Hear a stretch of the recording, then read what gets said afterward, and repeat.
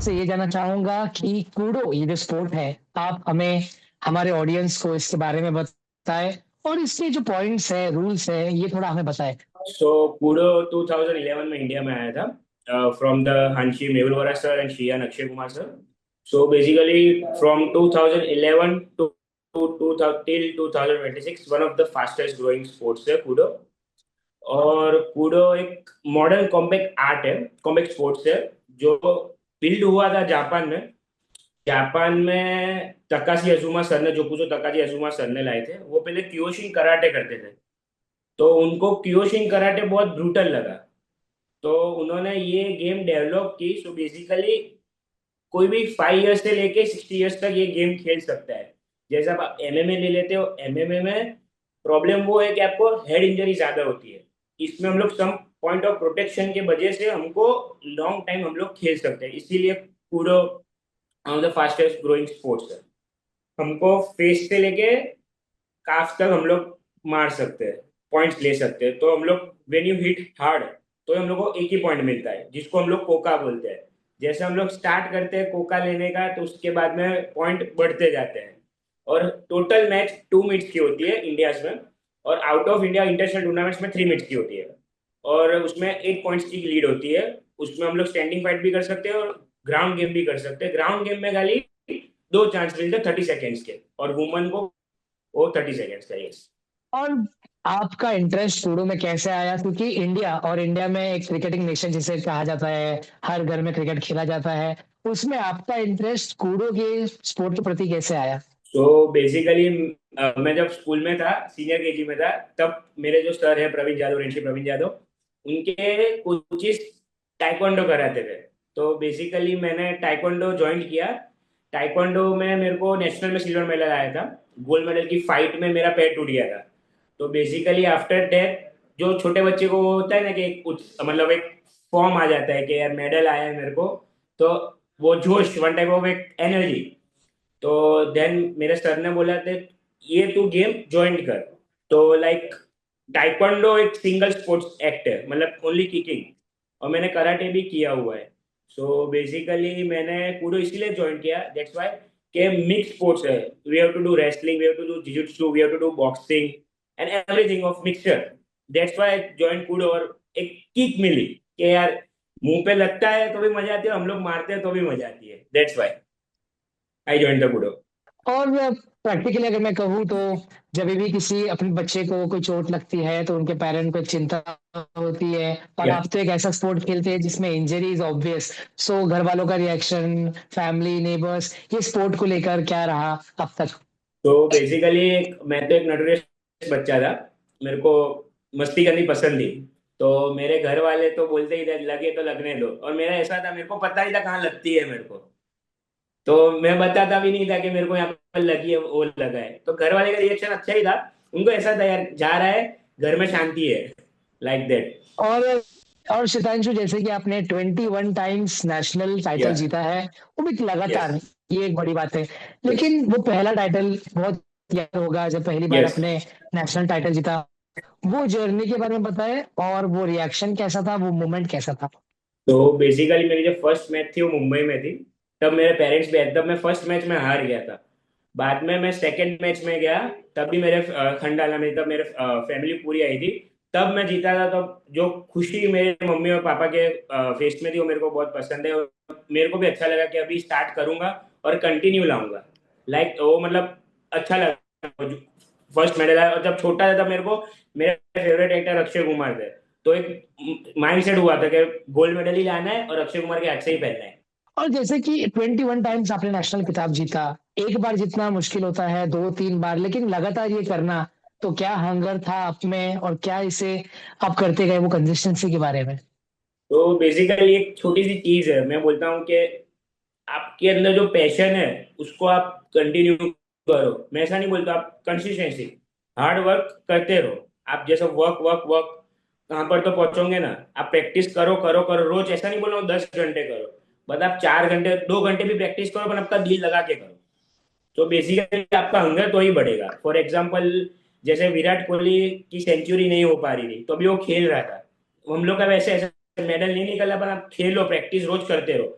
आपको इंजरी हुई है तो भी क्लास में आओ, बैठो, देखो।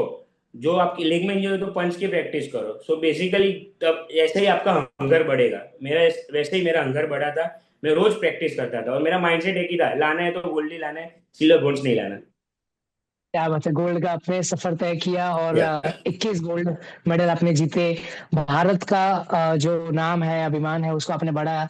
लेकिन यस। भारत के बाद आप विश्व पटल पर गए, एशिया या चैंपियन आप बने 2022 के साल में। तो यस। वो फीलिंग कैसी थी? एक बड़ा स्टेज, बड़ा कंपटीशन। सो बेसिकली मेरे लिए पहली टूर्नामेंट थी आउट ऑफ इंडिया, मतलब इंटरनेशनल स्टेज पे। तो एक, तब तो मैं मतलब एज प्रॉपर ही थी, बट एक नर्वसनेस फील होती है सबको जो भी फर्स्ट टाइम इंटरनेशनल को इंडिया को सपोर्ट करता है। तो दिल में ऐसा होता है कि यार हार जाऊंगा तो क्या होगा, 145 करोड़ पीपल मेरे पीछे है, मतलब ऐसा होता है। तो तब खेल रहा था, तब माइंड में वही चल रहा था, बट प्रैक्टिस की थी तो याद था कि कुछ तो होएगा, कुछ तो हो पाएगा। दैट्स वाई जीता मैं। बिल्कुल। और जिस तरीके से अगर हम बात करें आज के समय पे, यूनियन बजट आ चुका है और या स्पोर्ट्स बजट 18% बढ़ा है, yes. Highest in the last 5 years. और 4,479 करोड़ एलोकेट किया गया है या स्पोर्ट्स को। तो गवर्नमेंट की ओर से स्पोर्ट्स को और आपके स्कूलों के गेम को कितनी हेल्प हुई है, क्या क्या फैसिलिटीज मिली है, उसके पर्सपेक्टिव के बारे में जानना चाहूंगा मैं। तो फैसिलिटीज तो जब से गेम आई है तब से गवर्नमेंट हेल्प ही कर रही है। और फ्रॉम लास्ट 2-3 ईयर्स आपने सोहिल को देखा होगा, जैसे वो इनकम टैक्स में लगा है, जैसे बहुत सारे बच्चे income tax, GST, forest department, and there are so many jobs. तो वो हम लोग के लिए बहुत अच्छा है कि लेवल बी की हम लोग को जॉब मिलती है। सो बेसिकली एक स्पोर्ट्स पर्सन को जब रिकॉग्नाइज होता है ना, तब स्पोर्ट्स पर्सन को भी अच्छा लगता है कि यार मैं भी खेल रहा हूँ। ऐसा नहीं लगता खाली 21 टाइम गोल्ड मेडल है तो कोई बात नहीं, बट एज ए ये इनकम टैक्स ऑफिसर तो एक पॉइंट मिलता है। सो गवर्नमेंट ने बहुत हेल्प की, अभी भी हेल्प कर ही रही है। सो बेसिकली विजन ऐसा है कि सबको जॉब मिले, जितने भी कूडो है, जितने भी मेडल आए, सबको जॉब मिले। वो उनका एम है कूडो इंटरनेशनल फेडरेशन इंडिया का। क्या लगता है आपको, कुछ कूड़ों को अगर भारत में ग्रो करना है एज अ स्पोर्ट, कि लोगों तक पहुंचाना है, तो सरकार और अलग अलग कंपनीज क्या कर सकती है आपके पर्सपेक्टिव से? आपने कई बार विचार विमर्श किया होगा कि अपने स्पोर्ट को ग्रो कैसे किया जाएगा, अगर इसके बारे में हम बात करें। तो बेसिकली गवर्नमेंट और कंपनी को जो भी स्टेट है, मतलब डिस्ट्रिक्ट है, उनको जो डिस्ट्रिक्ट की जो गवर्नमेंट है, फॉर एग्जांपल एक बच्चा ने गोल्ड मेडल आया तो डिस्ट्रिक्ट गवर्नमेंट उनको प्रोत्साहन देना चाहिए कि यार गोल्ड मेडल लाया, कि चाइल्ड गोल्ड मेडल लाया, छोटा बच्चा भी, ऐसा नहीं मैं 21 की बात कर रहा हूँ, 10 ईयर्स, 7 ईयर्स, 8 ईयर्स, ओके। तो उनको प्रोत्साहन मिलेगा तो, और उन लोग को बोलेगा कि जैसे मेरा फ्रेंड है तो मैंने बोला मेरे को गोल्ड मेडल, आपको ये स्पोर्ट्स सीखना है, तो लाइक दैट ऐसा बढ़ता जाएगा। और कोई भी कंपनी स्पॉन्सरशिप, मतलब स्पॉन्सरशिप नहीं बोल रहा हूँ मैं, मतलब कोई भी कंपनी जो भी जानती हो तो उसको मतलब वो दे, स्टेज दे यार, ये बच्चा आया है तो जैसे चीफ गेस्ट स्कूल में बुलाते हैं, लाइक कोई भी कंपनी में ऐसा इवेंट हो तो उसमें बुलाते हैं, स्पीच वन टाइप ऑफ हो, तो बच्चा भी खुलेगा, कॉन्फिडेंस भी बढ़ेगा, और कूडो का नाम भी होगा। और जिस तरीके से बात की जाए आपके इस सफर में, क्या सबसे या बड़े चैलेंजेस आपको लगती है, और कैसे आपने उन चैलेंजेस को पार करके ये सफर तय किया, उस बारे में? तो बेसिकली मेरा फर्स्ट चैलेंज था कि मेरे ग्लासेस, मेरे को नंबर है, आई लेफ्ट आई में तीन, थर्ड है, और राइट आई में 2 नंबर्स है। सो बेसिकली मेरा सबसे पहला चैलेंज तो वही था कि जो हम लोग हेलमेट पहन के हिट करते हैं तो ऐसा नहीं होता मैं ही मारूंगा सबको, मेरे को भी मार तो पड़ेगी। तो जो कंकशन आता है मेरे को हेड पे, तो थोड़ी देर के लिए मैं जब फर्स्ट स्टार्टिंग में जब प्रैक्टिस किया तो मेरे को ब्लाइंड हो जाता था मैं। तो मैं वो करता गया, हडल करता गया। दूसरा आई वर्क, मेरे नी हाइपर एक्सटेंशन है। सो बेसिकली काफ किक आती है कि थाई किक आती है तो उसमें भी मेरे को प्रेशर लगता है, क्योंकि नी मेरे बहुत पीछे पीछे चले जाते हैं। तो मैंने वो भी आउटकम किया, और उस करते करते गया और आगे आ गया। और जब भी इंजरी होती है मैच में या फिर टूर्नामेंट यस। में, उससे कैसे आप उभरते हैं? और सिर्फ फिजिकली नहीं, लेकिन मेंटली भी, जब आपके गेम में ये ब्रेक लाती है, तो कैसे mentally and physically you recover from an injury? तो बेसिकली जब मैं लास्ट में भी एशिया कप खेल गया, उसमें मैं सेमीफाइनल में मेरा शोल्डर डिसलोकेट हो गया था, बेसिकली राइट का। सो मेंटली एक ऐसा होता है, मेंटली एक लगता है, फिजिकल तो हो ही जाएंगे, मतलब क्योंकि फिजियो होता है, डॉक्टर होता है, सब टीम होती है पूरी। बट मेंटली ऐसा लगता है यार इतनी दूर गए थे और सेमीफाइनल में आ रहे, मेंटली प्रेशर वो आता है। बट एक टाइम पे मेंटली प्रेशर ऐसा भी लगता है कि नहीं, नेक्स्ट टूर्नामेंट आएगी, we will do my best. तो मेंटल प्रिपेयर तो बहुत करना पड़ता है, बट इंजरी होती है तो थोड़ा सेटबैक लगता है, बट आउटकम हो जाता है। और आपके सफर में एक ऐसा मैच जो काफी यादगार है और आप कभी भूलेंगे नहीं उस मैच के बारे में, और वो यादगार क्यों है, अगर आप हमें बता पाए। 24 की मेरी नेशनल टूर्नामेंट। सो बेसिकली यादगार इसलिए था क्योंकि सब लोग सर देख रहे थे, और तब मेरे पेरेंट्स नहीं थे पर मेरे सर सब लोग देखे, तो इसलिए मेरे को यादगार है। और दूसरी, जब मैंने फर्स्ट टाइम मेरी मैच खेली जो मेरे पेरेंट्स थे, तो जो सपोर्ट होता है जो पेरेंट्स करते हैं वो मेरे को अच्छा लगता है, इसीलिए मेरी यादगार 2 मैच थी। बिल्कुल। और जिस तरीके से कूड़ों की बात की जाए, इसके अवेयरनेस अगर हमें बढ़ाना होगा तो एथलीट्स से पहले हमें पेरेंट्स तक पहुंचना पड़ेगा, जब तक वो अपने बच्चों को लेके नहीं जाते। तो ये कैसे कनेक्ट होगा, और पेरेंट्स अगर आप कुछ कहना चाहेंगे, so what will be the message to the parents. तो पेरेंट्स को मैसेज ये है कि कोई भी स्पोर्ट्स इजी नहीं है।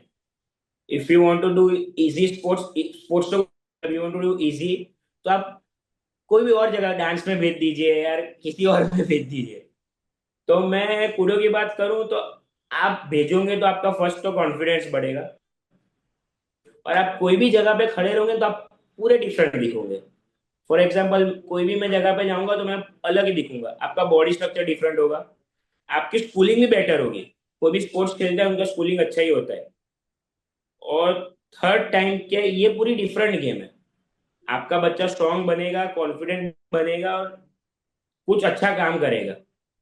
तो ये पूरी डिफरेंट गेम है, तो आप ऐसा नहीं मत समझो कि कराटे है तो कराटे तो क्या है, खाली पंच है। ये पूरी डिफरेंट गेम है, ये कूड है। तो पेरेंट्स को अवेयरनेस देनी चाहिए कि बच्चे को भेजो, ये गेम खिलाओ, तो आपका कॉन्फिडेंस बनेगा, सेल्फ डिफेंस भी अच्छा होगा, और ये बच्चे को टूर्नामेंट में गोल्ड मेडल आएगा तो प्रोत्साहन भी मिलेगा। यस। बिल्कुल। और अगर हम बात करें कूड़ों ने आपके आपके जीवन में क्या सिखाया, इसके बारे में आप हमें एक बता पाए। तो बेसिकली मेरे को मतलब मैं स्कूलिंग मेरी अच्छी हुई है, बट मैं मस्ती बहुत ज्यादा करता था। तो मेरे को रस्टिकेट भी किया हुआ है 2-3 बार। एंड बेसिकली मैं पढ़ने में थोड़ा मस्ती, मतलब पढ़ तो लेता था पर मेरे को पढ़ना अच्छा नहीं लगता था। सो बेसिकली मैंने ज्वाइन कूडो, तो एक थोड़ा सिंसियरनेस आई और एक कॉन्फिडेंस आया मेरे अंदर कि यार नहीं, कूडो भी करना है और साथ में पढ़ाई भी करनी है। सो बेसिकली जैसे बढ़ता गया, मैंने बैचलर्स मेरा खत्म किया, अभी मैं मास्टर्स करने जाऊंगा। देन डिप्लोमा मैंने खत्म किया, 10th खत्म किया, तो मार्क्स भी अच्छे आते हुए और कूडो भी मेरा अच्छा होता गया। तो मेरे को लगता है कि कूडो के वजह से मेरा स्टडी बेटर हुआ और मैं इन द लाइफ पर्सन बहुत अच्छा हुआ। अभी तक मैंने कई खिलाड़ियों का इंटरव्यू लिया, और जो सबसे शरारती होते हैं वही बच्चे स्पोर्ट में आगे की तरफ जाते हैं। आपने भी यही कहा। आपकी कोचिंग के बारे में मैं जानना चाहूंगा कि आपके कोच कौन है, डिस्कशन कैसी होती है, क्योंकि पहले की कोचिंग अलग थी, लेकिन आप अब एक इंटरनेशनल एथलीट बन गए हैं। अब की ट्रेनिंग कैसे होती है। मेरे कोच का नाम रणजीत रविंद्र यादव है, वो अहमदाबाद से है। और वो मेरा पहले मतलब लाइटली होता था। फॉर एग्जाम्पल, हाँ आता है चलेगा, पर जैसे मेडल बढ़ते गए तो कोचिंग टफ होती गई। सो कोचिंग टफ इससे होती गई कि वो कॉन्स्टेंट आइज रखते हैं कि नहीं ये गलत किया तो ये गलत, और टाइम देते हैं कि इतना टाइम में इतना workout you have to complete. और वो टाइम में कंप्लीट नहीं हुआ तो सजा भी, मतलब वो भी मिलता है, हार्ड भी होता है। और अभी जैसे अभी मेरी प्रैक्टिस ऐसी चल रही है, मतलब मेरे ऊपर जो है कि स्पीड एंड रिफ्लेक्सिस की प्रैक्टिस मेरी ज्यादा चल रही है, स्पीड और रिफ्लेक्सिस की। तो उसमें मेरे सर खुद मेरे साथ प्रैक्टिस करते हैं। एंड हम लोग पे कोई कोई बार जब जैसे टूर्नामेंट आती है तो सूरत के जो इंडिया के हेड कोच है रणशी विस्पी खराड़ी सर, नाम सुना ही होगा आपने, तो उनके वहाँ पे कैंप भी लगता है 1 1 मंथ का। तो वहाँ पे वो होते हैं, दूसरे बहुत सर होते हैं, तो हम लोग को वहाँ पे भी प्रैक्टिस अच्छी होती है। करियर में आपका टफेस्ट मैच कौन सा होगा और क्यों। तो बेसिकली मेरा टफेस्ट मैच था 2022 की Asia cup match. I was playing the first time, that's why मेरे को थोड़ा हार्ड लगा, क्योंकि इंडिया के अपोनेंट्स और आउट ऑफ इंडिया के अपोनेंट्स पूरे डिफरेंट होते हैं। और वो तो बात जापान की थी। जापान वन ऑफ द, अभी नहीं बोल सकता मैं, क्योंकि हम लोग ने बहुत मेहनत करके किया है पार। सो बेसिकली तब मेरा टफेस्ट मैच था और फर्स्ट मैच, क्योंकि टाइकोंडो पूरा अलग था और ये पूरी गेम अलग थी, दैट्स व्हाई मेरे को हार्ड लगा, टू मैच मेरी टफ थी। और क्या आप एक डिफरेंशिएशन देखते हैं मेंटल प्रिपेयरनेस में कि सबसे पहले तो आप मेंटल ट्रेनिंग कैसे करते हैं, आप हमें वो बताइए। और फॉरेन एथलीट, जापान एथलीट्स आपने मेंशन किया, ट्रेनिंग या फिर उनके परफॉर्मेंस, उनके स्टाइल के बारे में क्या डिफरेंट लगता है आपको? तो बेसिकली मेंटल थिंग वो है कि इंडिया में मेंटल हम लोग लो इसलिए बिकॉज ऑफ पेरेंट्स, कि यार जब भी बच्चा आता है क्या खिला देते हैं उसको, स्वीट खिला देते हैं, यार क्या है, अभी छोड़ना है, हार गया ना तो कोई नहीं। बट स्पोर्ट्स प्लेयर को कैसा होता है, हारा तो क्यों हारा, उसके पीछे पूरी वो जर्नी सोचेगा। तो मेंटल प्रिपेयर तो पूरा स्ट्रांग रहना पड़ता है, स्ट्रांग हम लोग रहते ही है। हम लोग एक ही, जब जैसे फॉर एग्जाम्पल टूर्नामेंट आएगी तो हम लोग का एक ही गोल होगा, मेडल लाना है, इंडिया का नाम रोशन करना है, फॉर एग्जाम्पल नेशनल तो स्टेट का नाम रोशन करना है, बेसिकली फिक्स यही होता है। और मैं जैसे आउट ऑफ फॉरेन प्लेयर की बात करता हूँ तो बेसिकली वेदर सपोर्ट करता है, जापान और रशिया को वेदर सपोर्ट करता है, उनका एक खाने का सपोर्ट करता है। और बेसिकली अपने में लेजीनेस जो होती है वो ज्यादा है। मैं ऐसा बोलता हूँ, अपने को इंडिया को बोलेंगे डांस करो पूरा दिन तो वो डांस करेंगे, बोलो प्रैक्टिस करो तो प्रैक्टिस नहीं करेंगे। मेरे लिए बहुत गंदी बात है बट तो भी मैं बोलता हूँ बिकॉज ऑफ ट्रूथ है। सो बेसिकली जापान और रशिया में वो है, और खाने का बिकॉज ऑफ आप विंटर है तो आप अच्छा खा पाओगे, वहां पे फ्रेश मिलता है, और वहां पे बॉयल खाते हैं वो लोग, और विदाउट विदाउट एनी मसाला। अपने यहाँ पे कैसा होता है, ऊपर से मिर्ची डाल लेते हैं, सॉल्ट डाल लेते हैं, अच्छा लगेगा।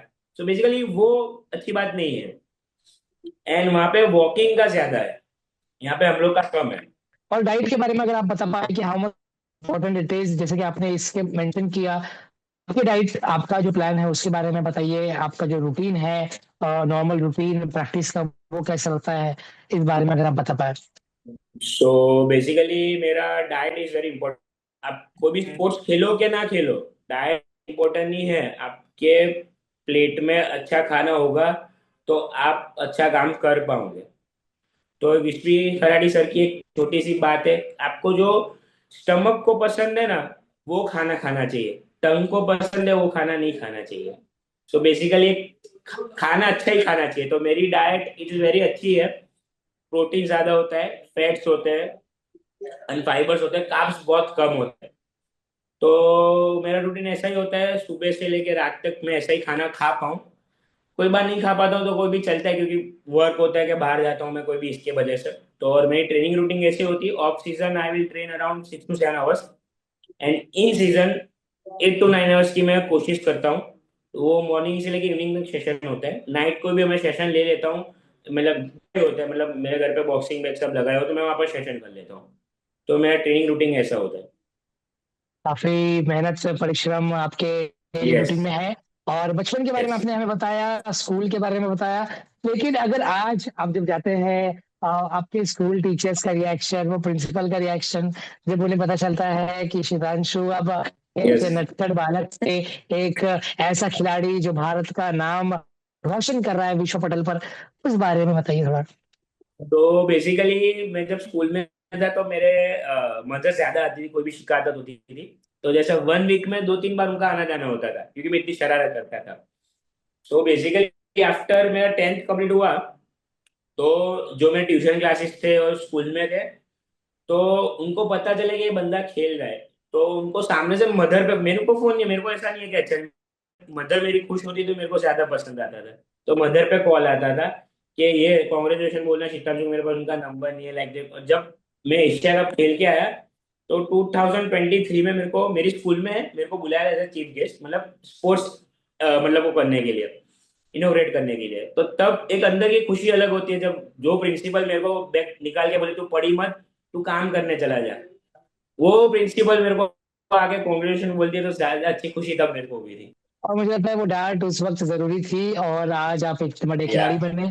आपके यस। शॉर्ट टर्म गोल्स और लॉन्ग टर्म गोल्स के बारे में मैं जानना चाहूंगा, ये दोनों ही गोल्स के बारे या सो मेरा शॉर्ट टाइम गोल है कि मेरे को इंडिया का नंबर 1 एथलीट बनना है और वर्ल्ड का भी नंबर 1 एथलीट बनना है, उसके लिए मैं मेहनत ज्यादा करूंगा। लॉन्ग टाइम गोल वो है कि मैं मेडल लाते रहूं, रैली मेरी चालू रखूं, और इंटरनेशनल की भी रैली में भी स्टार्ट करूं।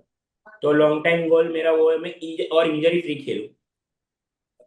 बिल्कुल, वो एक इम्पोर्टेंट है आपके करियर में इंजरी यस, फ्री खेलना। यस। और एक यस। ऐसा सवाल आपको काफ़ी क्यूरियस लगेगा, लेकिन आप एक कॉम्बैट एथलीट है, क्या कभी रियल लाइफ में ऐसी सिचुएशन आई जहाँ पर आपको ऐसा एक मैच खेलना पड़े रियल लाइफ में, ऐसा कुछ कभी हुआ?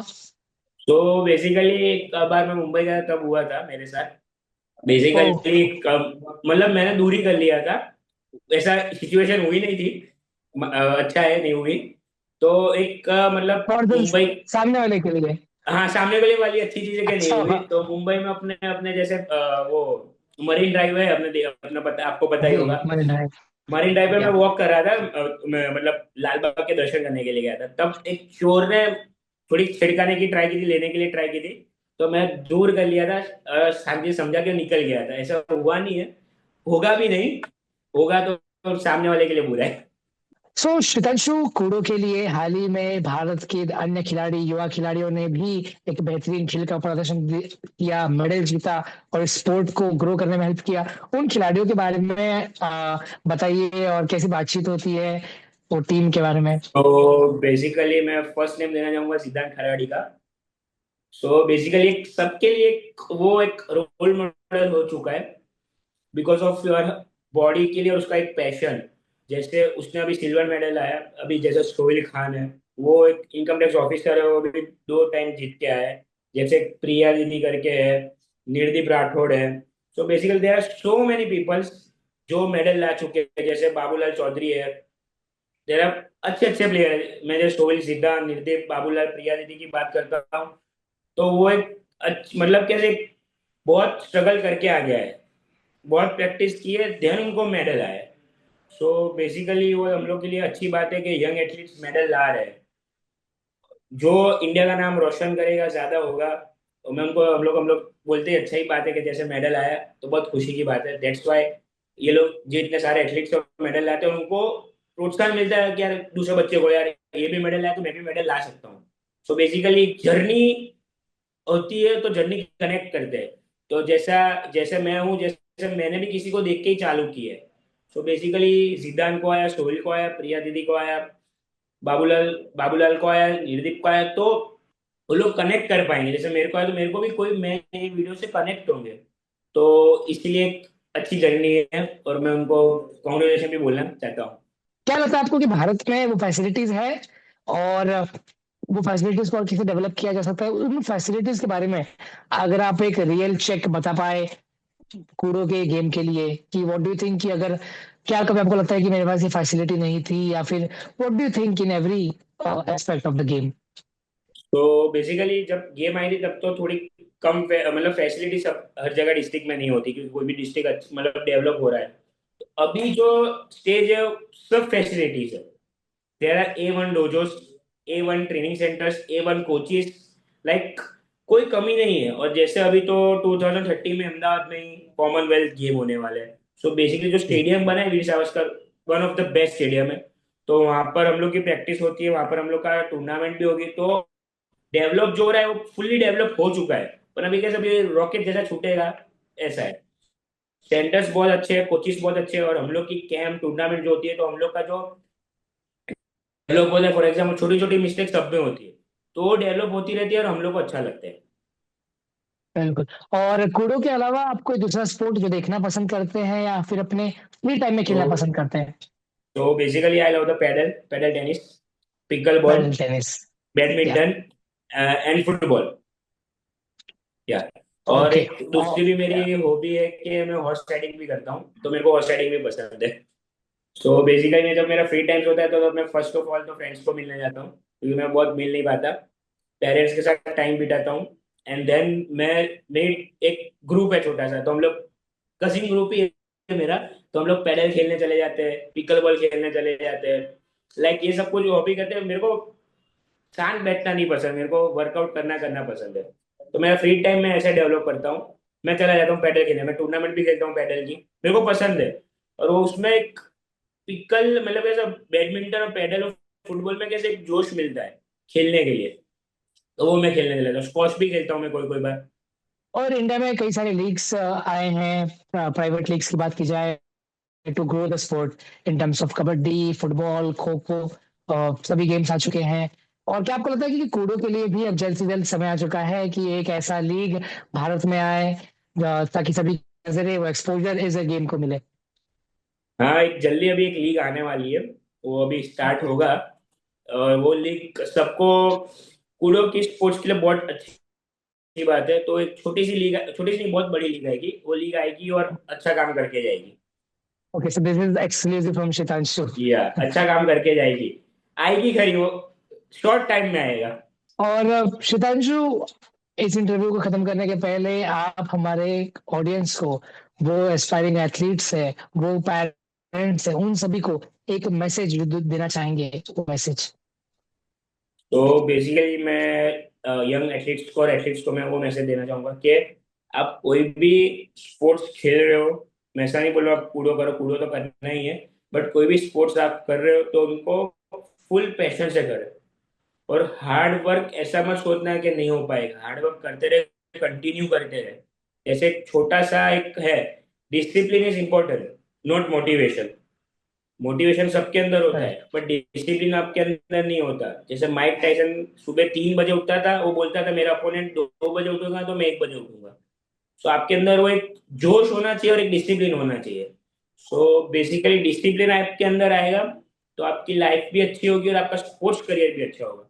तो मैं आपको सारे यंग एथलीट्स को और एथलीट्स को बोल रहा हूँ, खाना अच्छा खाना, और जो भी स्पोर्ट्स खेलो, पैशन और डिसिप्लिन के साथ खेलना। आप कोई भी, जैसे मैं 2 घंटे की प्रैक्टिस कर रहा हूँ, 3 घंटे की, 4 घंटे की, एनी एनी आवर्स, प्रैक्टिस खत्म हो जाए, बात के आपके अंदर को पूछना है मैंने प्रैक्टिस अच्छी की, मैंने प्रैक्टिस अच्छी क्यों नहीं की, अभी मैं कल क्या डेवलप करूंगा, मेरा यही मैसेज है। बिल्कुल। So ladies and gentleman, Shitanshu Seth, 21 time national consecutive winner, Asia Cup champion. और मैं ईश्वर से यही कामना करता हूँ कि आप ऐसे ही भारत के लिए और मेडल्स और पदक लेकर आए, वो कलेक्शन बढ़ता रहे, आपका जो thank you so goal much. है वो गोल पूरा हो, आप विश्व पटल पर नंबर 1 आ जाए, और जो प्राइड है आप उसे, हमारे तिरंगा को लहराते रहे। यही मैं दुआ करता हूँ ईश्वर से, और जल्दी मुलाकात हो, यही मैं कामना करता हूँ। Thank you so much for joining this conversation on a platform Sports Tonight.